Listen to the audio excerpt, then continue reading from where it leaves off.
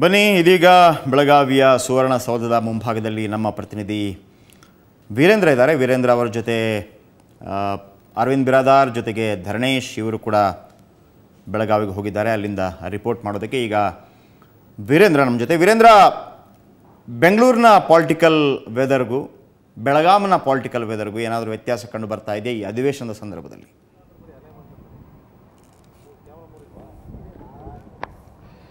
ಜಯಪ್ರಕಾಶ್, ಇವತ್ತು ಬೆಳಗ್ಗೆ ಅಷ್ಟೇ ನಾವು ಹಮೀದ್ ನೇತೃತ್ವದಲ್ಲಿ ನಮ್ಮ ತಂಡ ಬೆಳಗಾವಿಗೆ ಬಂದು ರೀಚ್ ಆಗಿದೆ.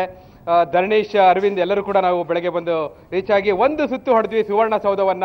ಸ್ಪೀಕರ್ ಬೋಪಯ್ಯನವರೇ ಬಂದು ಮೀಡಿಯಾ ಸೆಂಟರ್ನ ಉದ್ಘಾಟಿಸಿದ್ರು. ಬಹುತೇಕ ಅಧಿಕಾರಿಗಳೆಲ್ಲರೂ ಕೂಡ ಆಗಮಿಸಿದ್ದಾರೆ. MLAಗಳು ಹಾಗೂ ಸಚಿವರು ಇನ್ನಷ್ಟೇ ಬರುವವರಿದ್ದಾರೆ.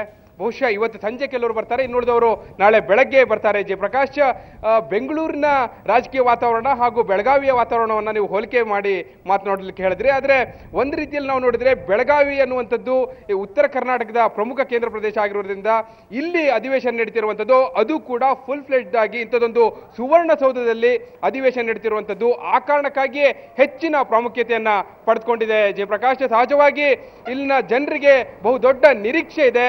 ಆದರೆ ಎಷ್ಟರ ಮಟ್ಟಿಗೆ ಅದು ಸಫಲ ಆಗುತ್ತೆ ಅನ್ನೋದು ಬಹುಶಃ ಮುಂದಿನ ಅಧಿವೇಶನದಲ್ಲಿ ಏನೆಲ್ಲ ಚರ್ಚೆಗಳಾಗುತ್ತೆ, ಯಾವೆಲ್ಲ ಮಸೂದೆಗಳ ಅಂಗೀಕಾರ ಆಗುತ್ತೆ, ಅಭಿವೃದ್ಧಿಯ ಕುರಿತಂತೆ ಯಾವ ಪ್ರಮುಖ ನಿರ್ಣಯವನ್ನು ಕೈಗೊಳ್ತಾರೆ ಅದರ ಮೇಲೆ ಡಿಪೆಂಡ್ ಆಗಿರುತ್ತೆ. ಬಹುಶಃ ರಾಜಕಾರಣಿಗಳು ಹಾಗೂ ಅಧಿಕಾರದ ಸೂತ್ರವನ್ನು ಹಿಡಿದು ನಿಂತಿರುವಂತಹ ಮುಖ್ಯಮಂತ್ರಿ ಆದಿಯಾಗಿ ಸಚಿವ ಸಂಪುಟ ಸದಸ್ಯರೆಲ್ಲರೂ ಬಂದ ನಂತರ ಒಂದು ಸ್ಪಷ್ಟ ಚಿತ್ರಣ ಸಿಗುತ್ತೆ ಅಂತ ಹೇಳ್ಬೋದು ಜಯಪ್ರಕಾಶ್. ಆದ್ರೆ ಈಗ ಅಧಿಕಾರಿಗಳು ಸಿದ್ಧತಾ ಕಾರ್ಯವನ್ನು ನಡೆಸಿದ್ದಾರೆ. ಸ್ಪೀಕರ್ ಬೋಪಯ್ಯನವರು ಹೇಳಿದ್ರು ಸರಿಸುಮಾರು 12 ಸಮಿತಿಗಳನ್ನ ರಚಿಸಿದ್ದಾರೆ. ಯಾವುದೇ ರೀತಿಯಲ್ಲೂ ಕೂಡ ತೊಂದರೆ ಆಗಬಾರ್ದು, ಯಾವುದೇ ಸಮಸ್ಯೆ ಉಂಟಾಗಬಾರ್ದು ಅನ್ನೋ ನಿಟ್ಟಿನಲ್ಲಿ, ಅದು ಶಿಷ್ಟಾಚಾರದ ವಿಚಾರವಾಗಿ ಆಗಿರ್ಬೋದು, ಸಂಚಾರ ಹಾಗೂ ಸಾರಿಗೆ ವಿಚಾರ ಆಗಿರ್ಬೋದು, ಅಥವಾ ಬಂದವರಿಗೆ ವಸತಿಯ ವಿಚಾರ ಆಗಿರ್ಬೋದು, ಹೀಗೆ ಪ್ರತಿಯೊಂದು ಕೂಡ ಅಚ್ಚುಕಟ್ಟಾಗಿ ಆಗಬೇಕು ಅನ್ನೋ ಕಾರಣಕ್ಕೆ 12 ಸಮಿತಿಯನ್ನು ರಚಿಸಿದ್ದಾರೆ. ನಾಳೆ ಸಹಜವಾಗಿ ಶ್ರದ್ಧಾಂಜಲಿ ಕಾರ್ಯಕ್ರಮ ಮೊದಲಿಗೆ ನಡೆಯುತ್ತೆ ಜಯಪ್ರಕಾಶ್. ಅಂದ್ರೆ ಇತ್ತೀಚೆಗೆ ಅಗಲಿದಂತಹ ಮಾಜಿ ಪ್ರಧಾನಿ IK ಗುಜ್ರಾಲ್ ಹಾಗೆ ವಿಲಾಸ್ ರಾವ್ ದೇಶ್ಮುಖ್ ಹಾಗೂ ಬಾಳಾ ಠಾಕ್ರೆ ಅವರಿಗೂ ಕೂಡ ಶ್ರದ್ಧಾಂಜಲಿಯನ್ನ ಸಲ್ಲಿಸಲಾಗುತ್ತೆ ಅನ್ನುವಂಥ ಮಾಹಿತಿ ನಮಗೆ ಲಭ್ಯ ಆಗಿದೆ. ಜೊತೆಗೆ ಅದಾದ ನಂತರ ಪ್ರಶ್ನೋತ್ತರ ಅವಧಿಯನ್ನು ಕೂಡ ತೆಗೆದುಕೊಳ್ಳಲಾಗುತ್ತೆ ಅನ್ನುವಂಥ ಮಾಹಿತಿಯನ್ನ ಸ್ಪೀಕರ್ ಬೋಪಯ್ಯನವರು ಕೊಟ್ಟಿದ್ದಾರೆ. ಒಟ್ಟಾರೆಯಾಗಿ ಈ ಕ್ಷಣದವರೆಗೂ ಕೂಡ ಅಚ್ಚುಕಟ್ಟಾದ ವ್ಯವಸ್ಥೆ ಕಂಡು ಬರ್ತಾ ಇದೆ.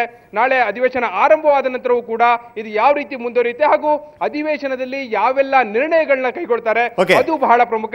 ಅದರ ಮೇಲೆ ನಾವು ಬೆಂಗಳೂರಿನಲ್ಲಿ ನಡೆಯುವ ಅಧಿವೇಶನಕ್ಕಿಂತ ಬೆಳಗಾವಿ ಅಧಿವೇಶನ ಈ ಬಾರಿ ಯಾವ ರೀತಿ ಭಿನ್ನ ಅನ್ನೋದನ್ನ ಗಮನಿಸಬಹುದು ಜಯಪ್ರಕಾಶ್. ಓಕೆ, ಆದರೆ ಬಹಳ ಪ್ರಮುಖವಾಗಿ ವೀರೇಂದ್ರ, ಯಾವತ್ತೂ ಕೂಡ ಅಧಿವೇಶನ ನಡೆಯುವಂತಹ ಸಂದರ್ಭದಲ್ಲಿ ವಿಶೇಷವಾಗಿ ಯಡಿಯೂರಪ್ಪನವರು ತಮ್ಮ ಮುಖ್ಯಮಂತ್ರಿ ಪಟ್ಟಕ್ಕೆ ರಾಜೀನಾಮೆ ನೀಡಿದ ನಂತರ ಅವರು ಯಾವಾಗ ಸದನದೊಳಗೆ ಬರ್ತಾರೆ ಅನ್ನೋದೇ ಒಂದು ಆಕರ್ಷಣೆಯ ಕೇಂದ್ರ ಬಿಂದು ಆಗ್ತಾ ಇತ್ತು. ಎಲ್ಲ ಮಾಧ್ಯಮಗಳು ಅಲ್ಲಿಗೆ ಫೋಕಸ್ ಮಾಡ್ತಾ ಇದ್ರು. ಆದರೆ ಮತ್ತೊಂದು ಅಚ್ಚರಿ ಏನು ಅಂತಂದರೆ, ಈ ಬಾರಿ ಅಧಿವೇಶನ ಏನು ಬೆಳಗಾಮಲ್ಲಿ ನಡೀತಾ ಇದೆ, ಆ ಸದನದ ಒಳಗೆ ಹೋಗೋದಕ್ಕೆ ಕೂಡ ಯಡಿಯೂರಪ್ಪನವರಿಗೆ ಈ ಬಾರಿ ಅವಕಾಶ ಇಲ್ಲ. ಯಾಕಂತಂದರೆ ಅವರೀಗ ಶಾಸಕರಾಗಿ ಉಳಿದಿಲ್ಲ. ಹಾಗಿರುವಾಗ ಯಡಿಯೂರಪ್ಪನವರು ಇಲ್ಲದಂಥ ಒಂದು ಅಧಿವೇಶನ, ಬೆಳಗಾವಿ ಅಧಿವೇಶನ ಹೇಗಿರುತ್ತೆ, ಹೇಗಿರ್ಬೋದು?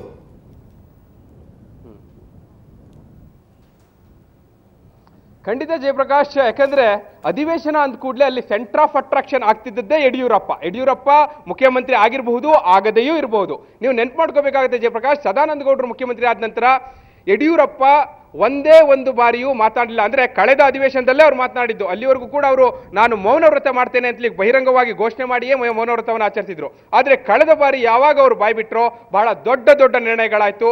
ಸಾಲ ಮನ್ನಾದಂತ ನಿರ್ಣಯ ಆಯ್ತು. ಅವರು ತಮ್ಮದೇ ಸರ್ಕಾರವನ್ನ ತರಾಟೆಗೆ ತೆಗೆದುಕೊಂಡ್ರು, ಮುಖ್ಯಮಂತ್ರಿಯನ್ನ ತರಾಟೆಗೆ ತೆಗೆದುಕೊಂಡ್ರು, ತಮ್ಮದೇ ಸಚಿವರನ್ನ ತರಾಟೆಗೆ ತೆಗೆದುಕೊಂಡ್ರು. ನೆನ್ಪು ಮಾಡ್ಕೋಬಹುದು ನೀವು ಸಹ ಅಲ್ಲಿ ಪ್ರತ್ಯಕ್ಷದರ್ಶಿ. ಕಳಕಪ್ಪ ಬಂಡಿಯವರ ವಿರುದ್ಧ ಅವರು ಹರಿಹಾಯ್ದಿದ್ದನ್ನ ನೀವು ಕಣ್ಣಾರೆ ಕಂಡಿದ್ರಿ ಜಯಪ್ರಕಾಶ್. ಇಂತಹ ಬೆಳವಣಿಗೆಗಳನ್ನೆಲ್ಲ ನಾವು ನೋಡ್ತಾ ಇದ್ವಿ. ಅಲ್ಲಿ ಯಡಿಯೂರಪ್ಪ ಇದ್ದಾರೆ ಅಂದ್ರೆ ಒಂದ್ ರೀತಿಯಲ್ಲಿ ಒಂದು ಪವರ್ ಇರುತ್ತೆ ಅನ್ನುವಂತ ವಾತಾವರಣ ಇರುತ್ತೆ. ಆದ್ರೆ ಈ ಬಾರಿ ಆ ರೀತಿಯ ಯಾವ ಒಂದು ಕೂಡ ಪವರ್ ಸೆಂಟರ್ ಇರೋದಿಲ್ಲ ಜಯಪ್ರಕಾಶ್. ಯಾಕಂದ್ರೆ ಯಡಿಯೂರಪ್ಪನವರ ಅನುಪಸ್ಥಿತಿ ಈ ಬೆಳಗಾವಿ ಅಧಿವೇಶನದಲ್ಲಿ ಬಹಳ ದೊಡ್ಡ ಮಟ್ಟದಲ್ಲಿ ಕಾಡೋದು ನಿಜ.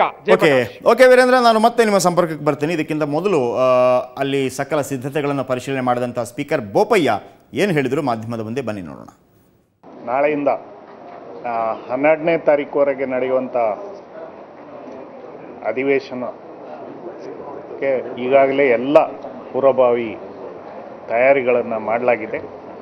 ವಿಶೇಷವಾಗಿ ನಮ್ಮ ಬೆಳಗಾವಿಯ ಜಿಲ್ಲಾಧಿಕಾರಿಗಳ ನೇತೃತ್ವದಲ್ಲಿ ಈ ಒಂದು ಮೇಲುಸ್ತುವಾರಿ ಅವರು ಇದು ಮಾಡಿಕೊಂಡು ಒಟ್ಟು 12 ಸಮಿತಿಯನ್ನು ಮಾಡಿದ್ದಾರೆ. ಐತಿಹಾಸಿಕ ಅಧಿವೇಶನ ಈ ಸುವರ್ಣ ವಿಧಾನಸೌಧದಲ್ಲಿ ನಡೀತಾ ಇದೆ. ಎಲ್ಲೂ ಸೌಲಭ್ಯಗಳ ಇದು ಕೊರತೆ ಆಗಬಾರ್ದು ಅನ್ನೋ ರೀತಿಯಲ್ಲಿ ಹಗಲು ರಾತ್ರಿ ಮಾನ್ಯ ಜಿಲ್ಲಾಧಿಕಾರಿಗಳ ನೇತೃತ್ವದಲ್ಲಿ ನಡೀತಾ ಇದೆ. ಓಕೆ, ಇದು ಬೋಪಯ್ಯ ಹೇಳಿದಂಥ ಮಾತು. ಈಗ ವೀರೇಂದ್ರ ನಮ್ಮ ಜೊತೆ ಮತ್ತೆ ಸಂಪರ್ಕದಲ್ಲಿದ್ದಾರೆ. ವೀರೇಂದ್ರ, ಯಡಿಯೂರಪ್ಪ ವಿಚಾರ ಬಗ್ಗೆ ಹೇಳಿದ್ರಿ. ಯಡಿಯೂರಪ್ಪ ಇಲ್ಲದೇ ಇದ್ರೂ ಕೂಡ ಅವರ ಬೆಂಬಲಿಗೆ ಸಚಿವರಿದ್ದಾರೆ, ಶಾಸಕರಿದ್ದಾರೆ. ಹಾಗಾಗಿ ಪ್ರತಿಪಕ್ಷಗಳು ಯಾವ ರೀತಿ ಆಡಳಿತ ಪಕ್ಷದ ವಿರುದ್ಧ ಮುಗಿಬೀಳ್ಬೋದು? ಆಗ KGPಯಲ್ಲಿ ಗುರುತಿಸ್ಕೊಂಡಿರುವಂಥ ಅಂದರೆ ಯಡಿಯೂರಪ್ಪನ ಜೊತೆ ಗುರುತಿಸ್ಕೊಂಡಿರುವಂಥ ಸಚಿವರಿದ್ದಾರೆ, ಶಾಸಕರಿದ್ದಾರೆ, ಅವರ ರಿಯಾಕ್ಷನ್ಸ್ ಏನಿರ್ಬೋದು? ಬಹುಶಃ ಇಡೀ ಅಧಿವೇಶನದಲ್ಲಿ ಬಹಳ ಪ್ರಮುಖ ಅಂದರೆ ಕೆಲವು ದಿನಗಳೆಲ್ಲ ಯಡಿಯೂರಪ್ಪ ವಿಚಾರವಾಗಿ ಚರ್ಚೆ ಆಗ್ಬೋದಾ? ಅದೇ ವಿಚಾರಗಳು ಪ್ರಸ್ತಾಪ ಆಗ್ತಾ ಇರ್ಬೋದಾ? ಹೇಗೆ?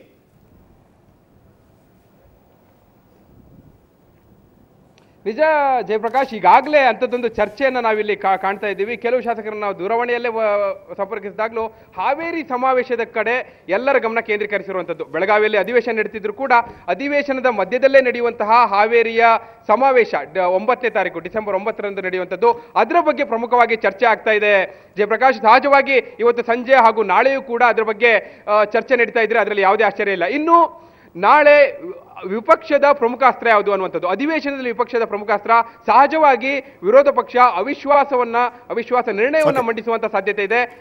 ಸಂದರ್ಭದಲ್ಲಿ ಯಡಿಯೂರಪ್ಪನವರ ಜೊತೆ ಗುರುತಿಸಿಕೊಂಡಂತಹ ಬಿಜೆಪಿಯ ಶಾಸಕರು ಏನ್ ಮಾಡ್ತಾರೆ ಅನ್ನೋದು ಕೂಡ ಬಹಳ ಪ್ರಮುಖ. ಜಯಪ್ರಕಾಶ್, ವೀರೇಂದ್ರ, ಲಾಸ್ಟ್ ಒಂದೇ ಪ್ರಶ್ನೆ, ಇದು ಬಿಜೆಪಿ ಸರ್ಕಾರದ ಕೊನೆಯ ಅಧಿವೇಶನ ಆಗುವಂತ ಸಾಧ್ಯತೆ ಇದೆಯಾ?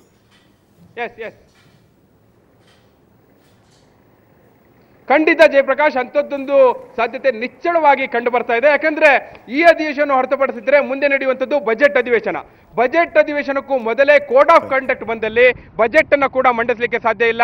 ಫೆಬ್ರವರಿ ಅಂತ್ಯದಲ್ಲಿ ಅಥವಾ ಮಾರ್ಚ್ ಮೊದಲ ವಾರದಲ್ಲೇ ಕೋಡ್ ಆಫ್ ಕಂಡಕ್ಟ್ ಬರುವಂತ ಸಾಧ್ಯತೆ ಇದೆ. ಹೀಗಾಗಿ ಬಹುತೇಕ ಇದು ಬಿಜೆಪಿಯ ಕಟ್ಟಕಡೆಯ ಅಧಿವೇಶನ ಆಗ್ಬೋದು ಈ ಸರ್ಕಾರದ ಅವಧಿಯಲ್ಲಿ. Jayaprakash, okay, thank you Veerendra. ಇನ್ನೂ ತುಂಬಾ ದಿವಸ ಇದೆ ನಿಮ್ಮಿಂದ